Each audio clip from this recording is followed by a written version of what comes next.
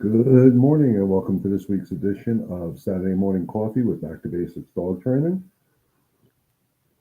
For those of you who don't know me and for those that do, I'm Leon. I'm the trainer over here at Back to Basics Dog Training.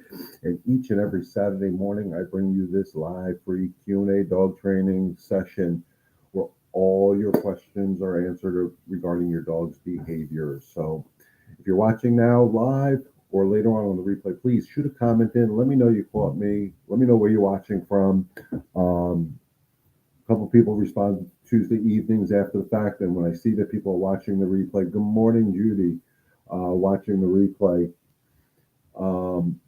does me real, the heart really good. And as anybody who's watched me, the more questions, more comments I get, the more jacked up I get, the more I want to just keep going. So, guys, put your questions in there. If, as always, from Long Island, I'll be up there next week. I'll be heading back up there for about 3 weeks. I'm excited to do some heavy duty training with a dog I got up there. That is most likely I'm going to be recording my whole entire session. Each time I work with the dog, maybe doing some live training. And because, part of what I like to do is be transparent with you guys.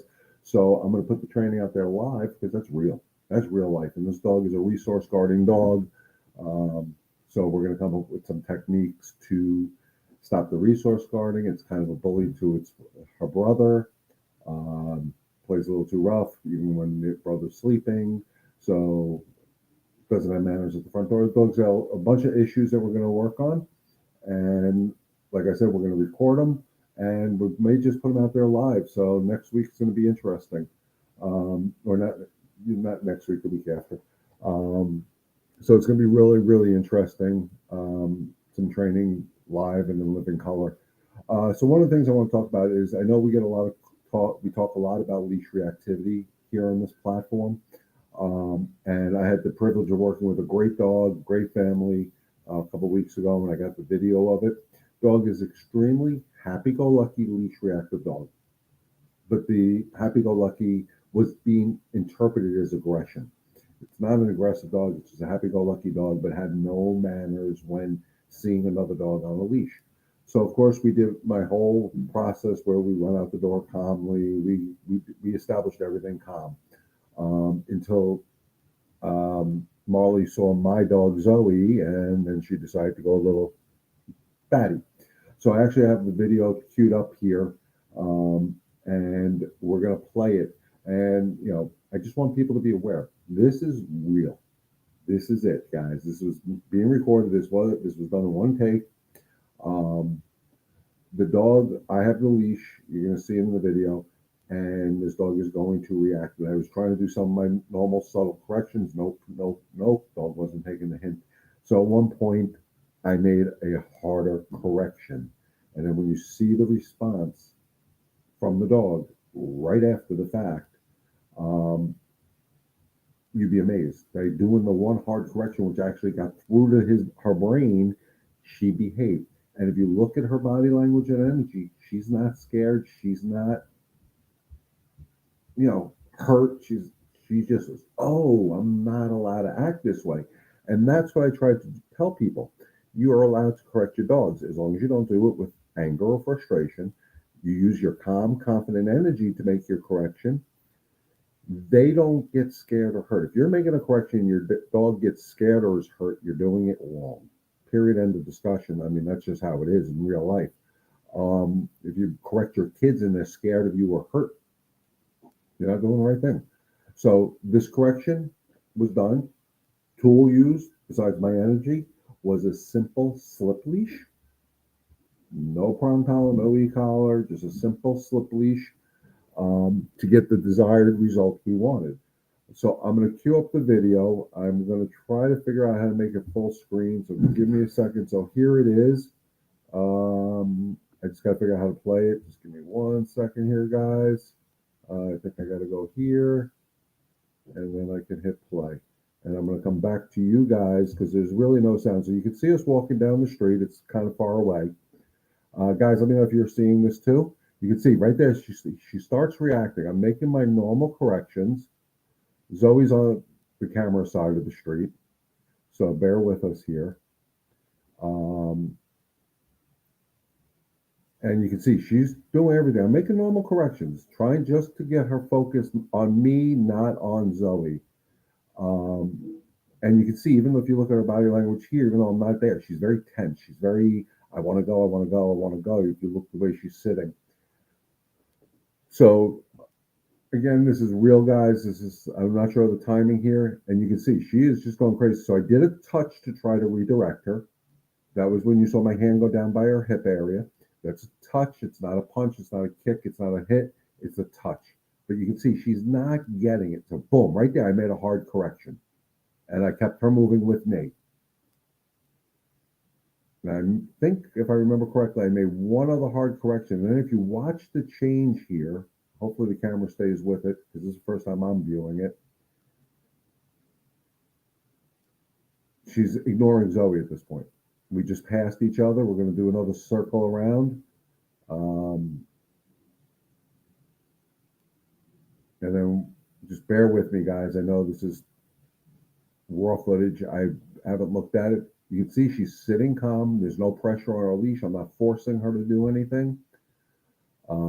Unfortunately, the distance was so far, so you couldn't hear what I was telling the people, the owners. But here we go. We're crossing the streets again. And watch the difference now. Still a little excited, but look at the difference in how Marley is reacting. Now the lighter corrections are working.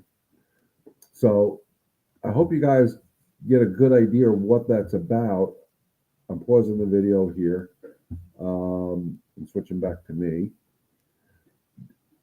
Judy says, I know you're putting comments in. I know there's other people there. I don't know if they're putting the comments in. But you saw the one correction. And if you looked at Marley, you saw her. Still the happy-go-lucky goofball that she is, but not so excited. So that one hard correction that I made unlocked her brain to say, okay, this is unacceptable. But I didn't do that hard correction.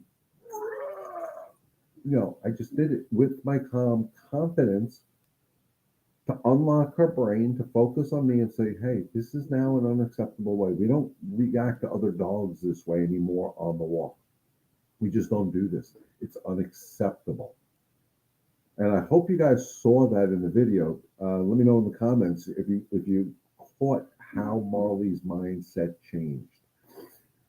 Where all of a sudden Zoe wasn't as relevant as she was in the very beginning. I became more relevant as her handler, and she started following basic commands again with lighter corrections when her mind switched. Ooh, dog. I didn't have to do a hard correction again.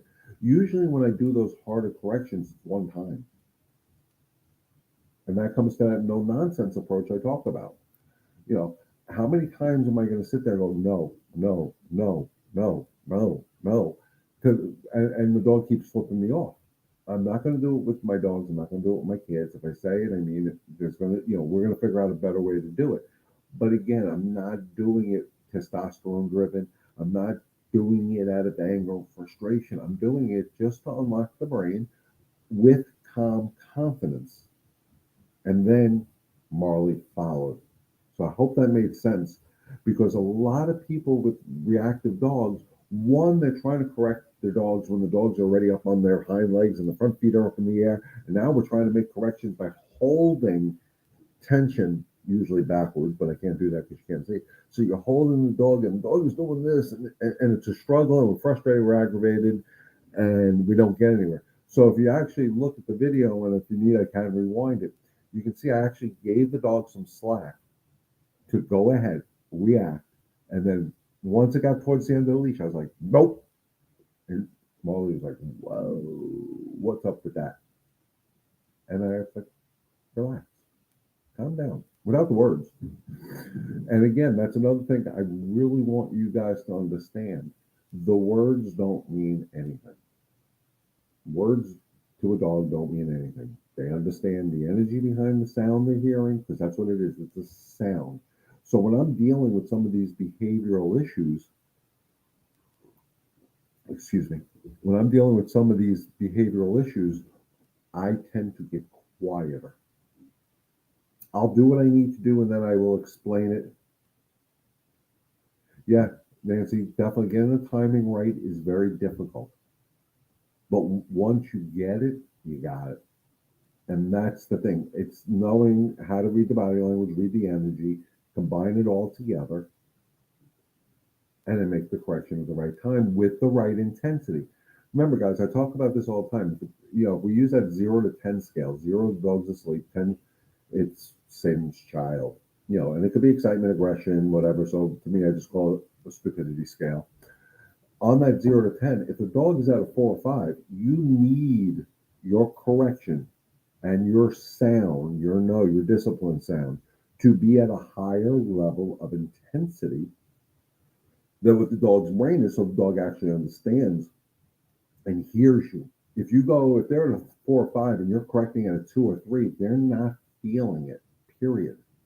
They're not hearing it. They're not feeling it because their adrenaline is going. It's no different than how a mother lifts a car of a child.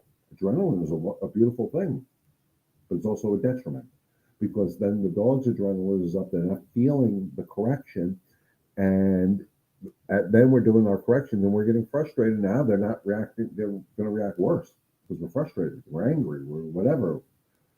So timing is so crucial, and the intensity of your correction is crucial. And I try to tell people all the time when I say they're on a 4 or 5 and you need to correct at a 5 or 6, and not only with your physical correction but your verbal correction, you can be loud without yelling. Yelling is anger. Being loud is being heard. There's a huge difference. It's like the difference between obedience and behavior. It's a totally different world. When we make those harder corrections, it's not anger, it's to unlock the brain. And that's so crucial. The biggest problem most humans have is when I say be assertive. Assertion and anger are about this close together, guys. And that's the hardest part for the human to separate. But once you get it, once you have the aha moment, boom, it's mind blowing. It's an explosion because then everything just follows suit.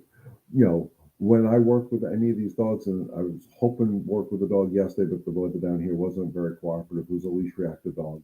Um, the lady who I spoke to, extremely nice, told me she was honest. She said she used the harness, and I suggested the martingale collar. When I was talking to her yesterday because of the rain and we couldn't make it there, because it's hard enough for us to work in the rain. Most dogs don't like being outside in the rain, so teaching in a rain a dog that's leash reactive is very difficult, and it's not fair to put the dog into that position. So we're going to do this tomorrow. But she switched to a martingale collar, and on my conversation with her yesterday, just switching from the harness to the martingale changed because the harness actually created this dog to be stronger. So I don't recommend harnesses. I like the slip leash. I like the martingale collars. You have better control. I'm not trying to control the whole body, which is what a harness actually creates us to do. I'm trying to control the mind of the dog, so it's easier to have something up high and tight. Let me know in the comments, guys, if this makes sense. Um, I think, Nancy, we're going to start working Monday. And I'm sure our girl's going to do great. It's we're a visual world, but we need to see it. And once we see it, we can run with it. Um, so that was a big thing for me, showing you guys that video of how you can stop leash reactive. Now, here, excuse me, here's the caveat. Marley's a 50-pound dog. So my correction on Marley isn't is harder than it would be, say, on a 20-pound dog or a 10-pound dog. I'll still use the same intensity at 4 or 5, but the 4 or 5 has to adjust based on the physical size and the strength of the dog. Because if I would correct a 10-pound dog the way I corrected Marley, I'd be throwing that 10-pound dog into the other side of the street. And that's not the intention. The intention is They're individuals. Your correction has to be based on the individual dog. So my correction to a 10-pound dog wouldn't have been as hard because then I would hurt or scare the dog, and that's not the intent. So again, you're allowed to make that correction harder than you think you really want to. Remember, it's your dog. You love your dog. You make the correction, it's not to hurt the dog. So I have to trust the people that own the dogs that they love their dog and they're not going to hurt their dog. So that's why I show them that we can do this. The other thing I want to talk about this week also was um, I began a lot of questions about dog parks and dog socialization. Guys, the concept of dog parks is a great. I never use a harness, just a martingale collar, and I feel I have. Oh yeah, absolutely, Judy. You will have so much more control with a martingale or a slip leash than a harness. The only time I recommend harnesses is if the dog actually has a physical trachea problem that a vet diagnosed, or I use a harness to seatbelt my dog in the car. Other than that, there's no harnesses. They were designed for tracking and pulling. So martingale collars and slip leashes with it. The other night I went to take a bully stick away from Trixie. She snapped at me, which surprised me, and I reacted by doing a leash correction and took the bully stick away. This is not the same as resource. This is not the same as resource guarding, is it? It was the first time she's done that, and I've taken them away from her before. I don't know if it's necessarily resource guarding. It just maybe she's in a mood. But you made your leash correction, you took it away, and I would do it again. Give her the bully stick, see how she reacts with a leash on, and if she reacts even with tension. So, guys, everybody says dogs snap at us, and it's unpredictable. And there's always warnings. So, one of the warnings a lot of times when dogs, especially with the bully sticks or the resource guarding tendency, is they're telling you're coming near, and they get tense. You want to stop the process right there. You do your disagreement at the tension. Hey, no, we don't do that. And then you wait them out. Um, and this is where the patience comes in. And one of the hardest things we have to do. And I use the story of when I worked with Duke in the board and train. Duke resource guarded furniture. If he was up on a couch or a lounge chair or something, that was his. It was a territorial resource guarding situation. So I was really good when I was doing my board and train with him, and he was staying off the furniture. He knew he wasn't allowed on there, and if I caught him jumping up, I'd be off, and he'd get off right away before he got comfortable. Well, one day I missed it. He was out on my deck. He got up on a lounge chair. I didn't see it. By the time I realized that he was already curled up in a nice little ball, and he was like, "This is mine. I'm not moving. Screw you." So since I had other dogs on the property at the time, I brought the other dogs inside because I didn't want one of the other dogs to come and try to defend me if Duke acted incorrectly. So what I did is I went and got my slip leash. I walked to Duke. I got about 2 feet away, and you can see his body language changed as soon as I got close. He was like, he was challenging me. I got the sideways, eye stare, that death stare I call it. His body was tense. Everything he was telling me is if you take one more step close, I'm biting you. So I stopped. And I looked him square in the eye, off. And that's all I said. And I waited. And I waited. And it took about 2 minutes, but finally I saw that death stare change. He lowered his head a little bit, his body relaxed a little bit. And I'm like, I took another step forward and I'm like, off. Oh, I'm sorry. Let me rephrase that.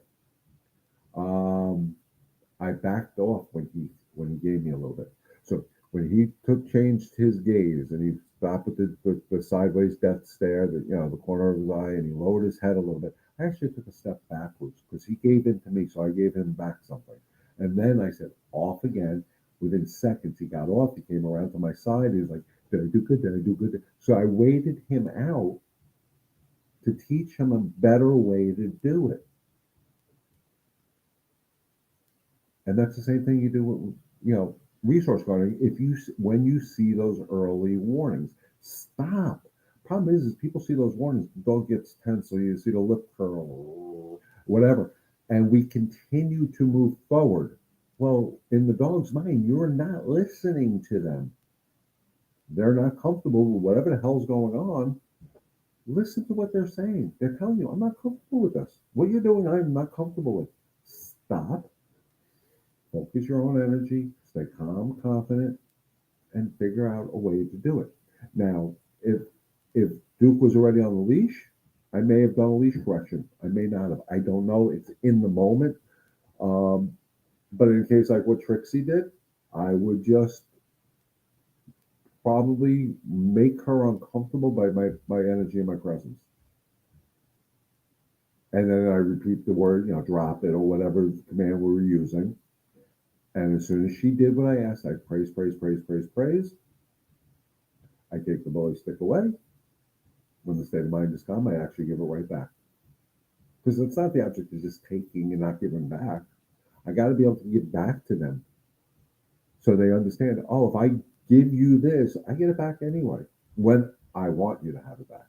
And I would do that exercise a bunch of times, and then eventually I'd end it and take it away and put it away for the next time. But most people, when dogs are resource guarding, take the object and then they don't give it back to the dog. I mean, if it's something they shouldn't have, that's a different story, of course. If they have a chicken bone, I'm not giving it back to them. But if it's a bully stick or a toy or whatever it may be, I'm going to end up giving it back to them when the state of mind is what I want. And they realize, oh, okay, I gave it to you, you gave it back to me, that's cool. I can give it to you every time. Joyce, welcome. The only time I had used a harness was when I first got my dog Collie. She was petrified of everything I put out of the collar. She was gone. She was gone. Thankfully, we found her the next. Oh, okay.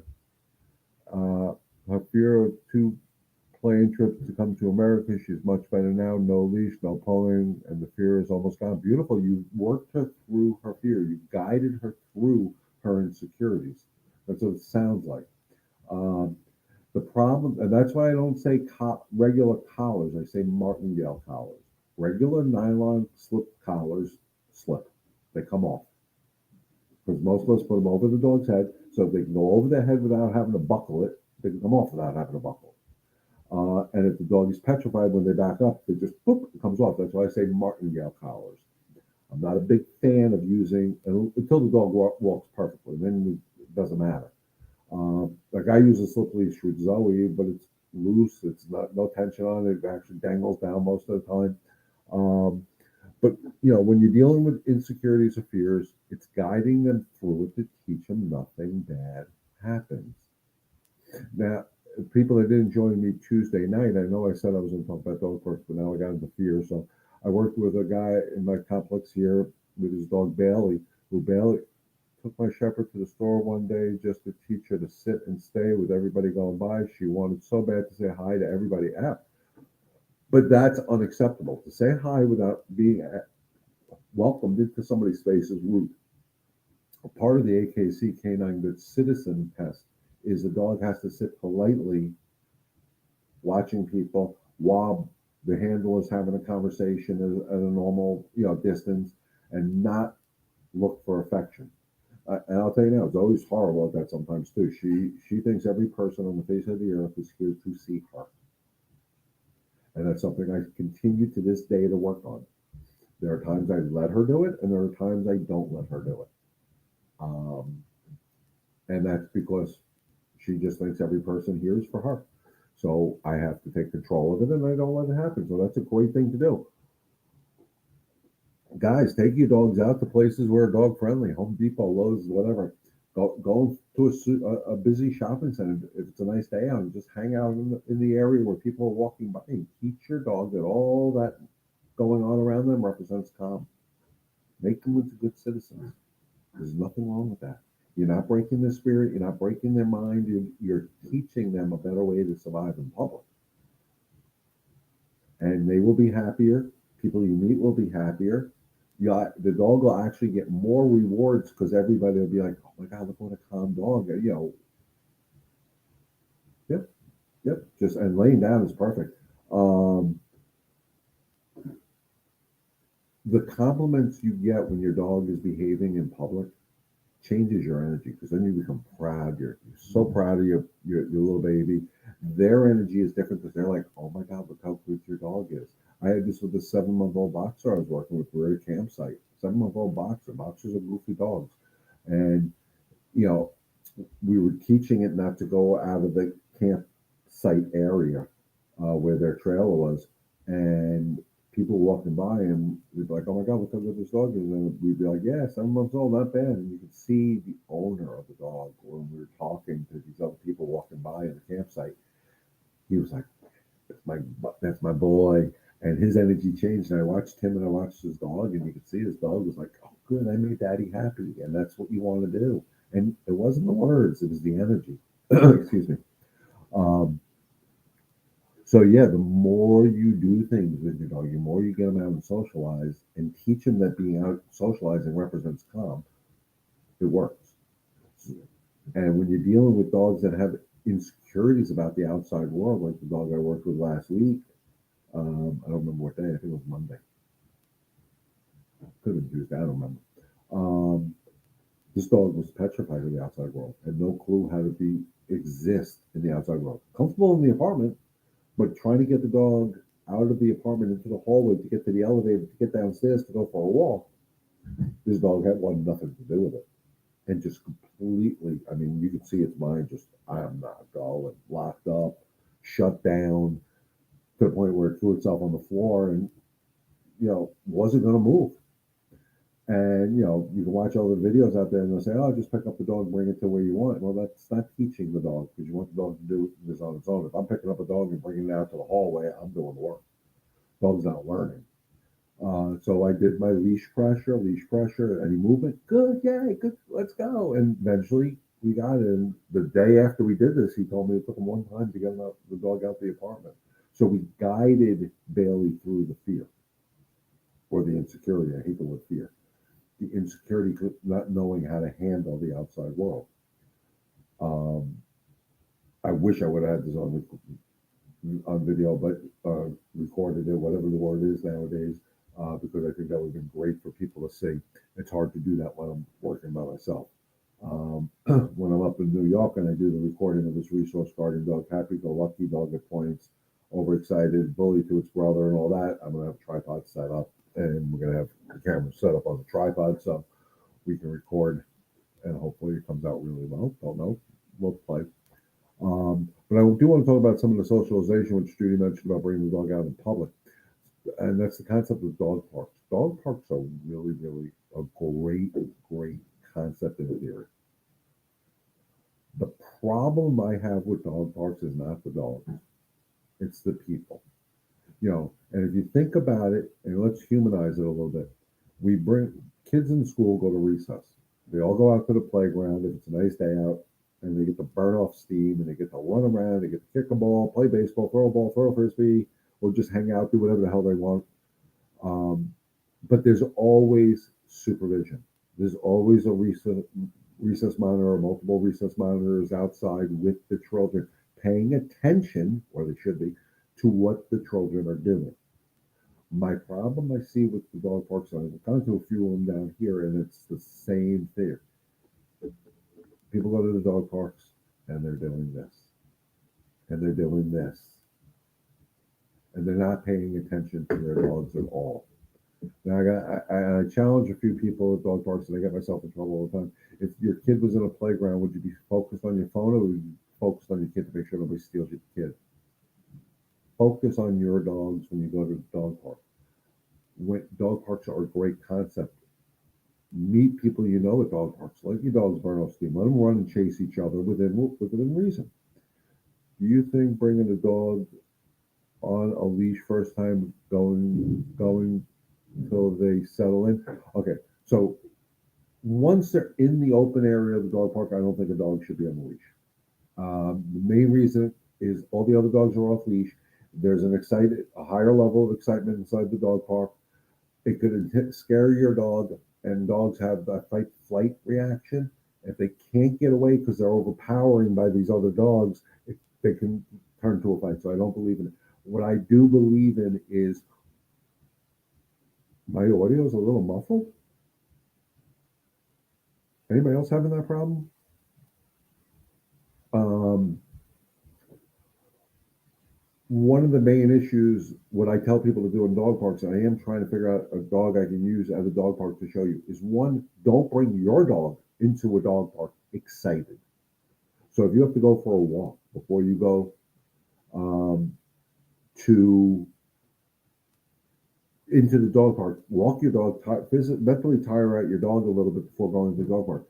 But most dog parks are set up the same way. They have two different areas to get access. One is the staging area, and then one is the access to the actual dog park.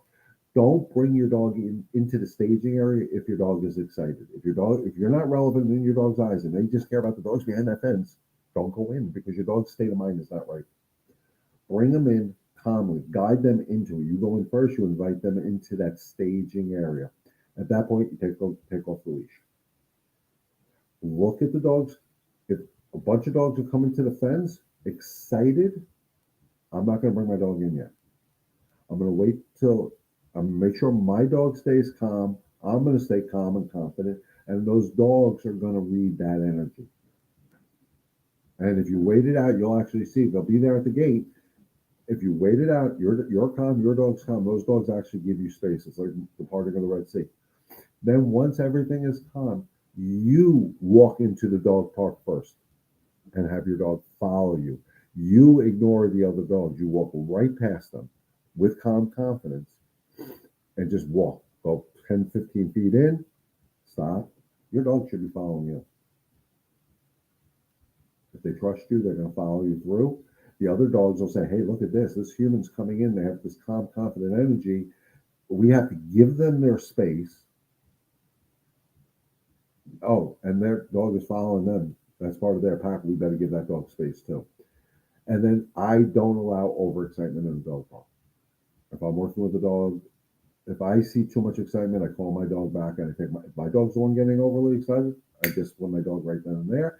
I take them out of the dog park, bring them back down to calm, and then bring them back in. So they learn you got to be calm going in, but you have to stay semi calm while you're inside that dog park. Otherwise, you're coming out and we're going to start over. And what happens is it's a great phenomenon because energy feeds energies. Other dogs see this. But I'm very aware of every dog in the dog park when I go in. I'm looking at body language, I'm reading their energy, I'm watching everything. Why? Because one dog out of 20 can cause a problem. And if I see that dog, I may leave. I had up when I was on Long Island, I went to a park and this guy came in with three English Mastiffs, monster dogs, all unneutered into a dog park. And I'm like, this is going to be problems. Talk about testosterone drive. And I'm like, I'm out. I took my customer's dog and I left. I wasn't even going to deal with it. And from what I heard later on, there was a huge problem. So again, I looked at it. I evaluated the situation. I'm like, you know what? This isn't even worth my time. And it's not fair to put the dog I was working with in that position to fail. The dog was doing great in the dog park, and it was a reactive dog. Um, but we're trying to get a good customer to let us use their dog for dog park so I can really show you guys. And that will be a full video series on my YouTube channel. I see a bunch of people today are um, coming from my YouTube channel, but I'll put that QR code up here in the upper right hand corner. Ari, I don't know why the quality is um, so bad for you. Other people are saying it's fine. I apologize. It looks like everything. I'm reading my meters here. Everything seems fine on my end, so I don't understand why it's coming up bad for you, Ari, and I apologize. I like the dog park I joined. It's a membership only one and has separate fence area for small dogs and all dogs. This way you can be near the other dogs but still be separate. Even though we have an issue with Trixie hiding, I'm sure we'll overcome it with your help. Yeah, absolutely. We'll definitely help Trixie overcome that. It's us. Again, a lot of it is our energy going into these situations. Um, more than welcome to you. What part of Long Island, Judy? Maybe we can do this. Maybe we can set something up while I'm up there. Uh, it is so important um, for us to realize, like in Nancy's case with Trixie, if we do end up going to the dog park with Trixie, when I walk in, I'm going to walk into a dog park like I own it, and Trixie's going to follow me. He's smelling an asshole. Um, we may be able to work something out. I'm going to put my contact information up here if I can find it. There I am. It's also behind me, two different things, but it's the same concept. Um, Judy, shoot me an email or text me at the info I just put on the screen or on the info behind my head over here. Either one of them works. Um, Maybe we can work something out where I'm trying to figure out my schedule. I'll be in Shoreham, I'll be in Babylon. I know I have something to do in New Hyde Park, so maybe that day we can do an East Meadow thing. I think that would probably be the smartest thing, but I have to figure that out still. I'm still trying to figure out my trip. Um, but yeah, shoot me an email and we'll touch base, this week. Um, but when I walk into the dog park, like I said, I'm looking at every dog. Yes, I talked to the lady who owns whoa, popping up quick here. Uh, I talked to the lady who owns Lexi where the problem started, and she's fine with us coming over sometime when you're here Monday. Beautiful. Um, we'll figure that out, once I'm there. Um,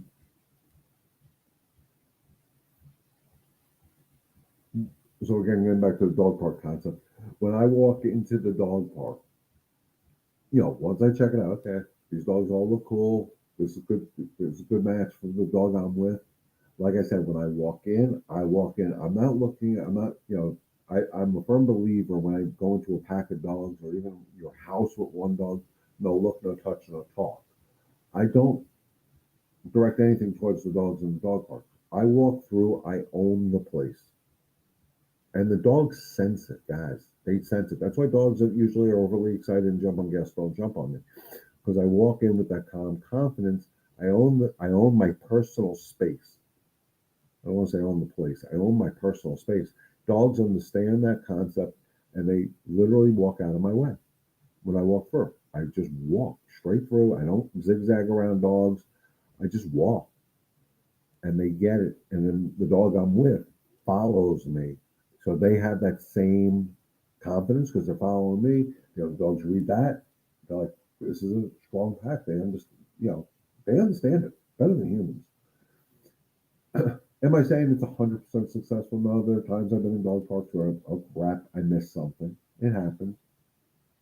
But out of the hundreds of times I've been in dog parks, if I missed I missed less than a handful of things. I'm aware of my situation, but again, 99.9% of it is directed strictly by my energy. And that's the hardest thing. When we meet Lexi, with Trixie, and I get her and Lexi back together, I'm gonna my projection, my energy is going. You guys are going to be BFFs. Now they may never be BFFs. I mean, but they're going to coexist without hiding or being scared of one another because that's unacceptable. So, guys, I hope all this made sense.